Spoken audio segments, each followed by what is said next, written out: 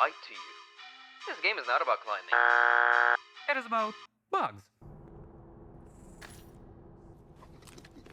No, seriously, how many normal entities in the game are there?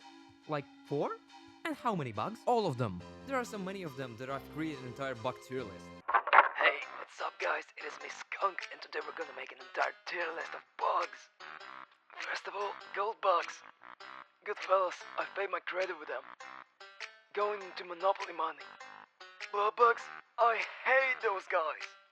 They've stolen my wallet once. I would definitely destroy their entire bloodline. Well, that was my tier list. Thanks everyone for tuning in and see you soon, bloods.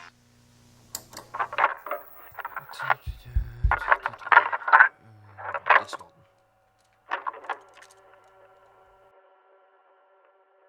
They lied to you. This game is not about climbing. It is about hands.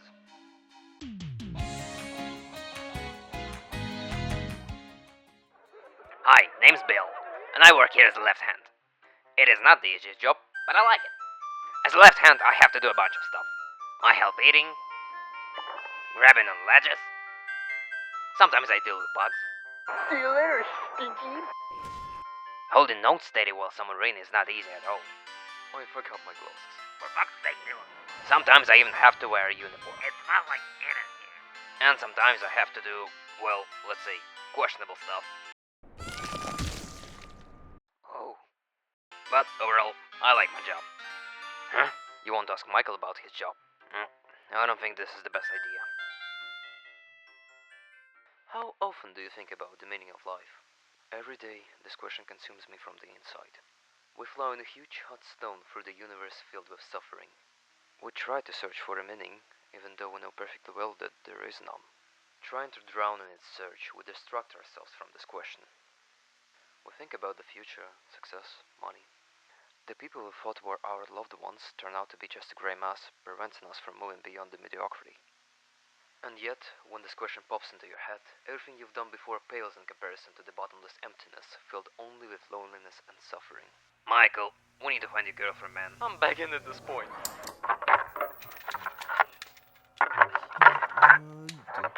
This one, I guess?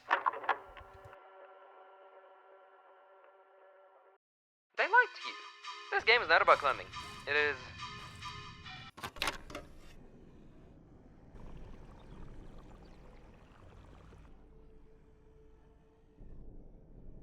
It is a horror game. When you enter the game for the first time, a slowly but surely approach danger, devouring everything in its path, tries to scare you. God damn it. Then, just when you thought you'd finally gotten rid of it, that hope is taken away and the danger is ramped up. God damn it. And, after all this, for the first time, you're given an unkillable enemy. God damn it. Then we find a couple of jump scares. Fuck off. And, in the recently released chapter, we're given yet another danger to contend with. Oh, god damn it.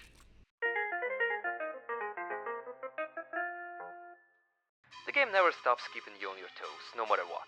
And all you have are small safe zones that offer only temporary shelter and a chance to rest and save. My personal problem with the game's long cycle is that after 15 hours of play, little scares you anymore. Well, except for gravity. But overall, I think the developer nailed the game's terrifying core.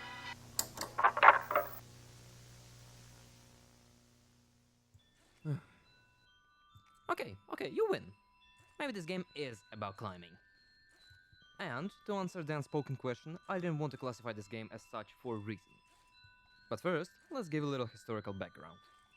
I think the first truly popular game that captivated people with its climbing mechanics was Getting Over It with Bennett 40. As a score, the game was very simple and the mechanics were crude. But it's not surprising. First and foremost, this game was more of a statement rather than development masterpiece. The problem is that other developers saw the crude and simple mechanics not as a platform for developing their own, but as a way to artificially inflate the difficulty, justifying it by the game's complexity. Of course, there were many exceptions, but the issue has already been addressed. A wave after wave of dull games with simple mechanics gained popularity and then quickly lost it.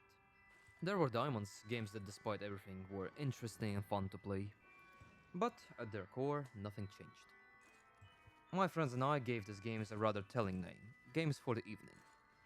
Because no matter how hard you try, it was impossible to play these games for more than 2 hours without becoming despondent. And then, amidst the boredom and mediocrity, a shining ray appeared. White Knuckle was its name. At first, it seemed to me that the game suffered from the same syndrome as all similar games. Simple mechanics, repetitiveness. But as I played, my interest only grew with each passing hour. The mechanics were far deeper than I thought. The modifiers added variety, and the items were only as useful as your skill with them. That is a reason why I didn't want to classify this game as a climbing game. It is better. It shows that the genre has room to grow. It sets a standard for all future games. And that's why I'm ready to say, yes, this is a climbing game. And, as I see it, it is not a lie.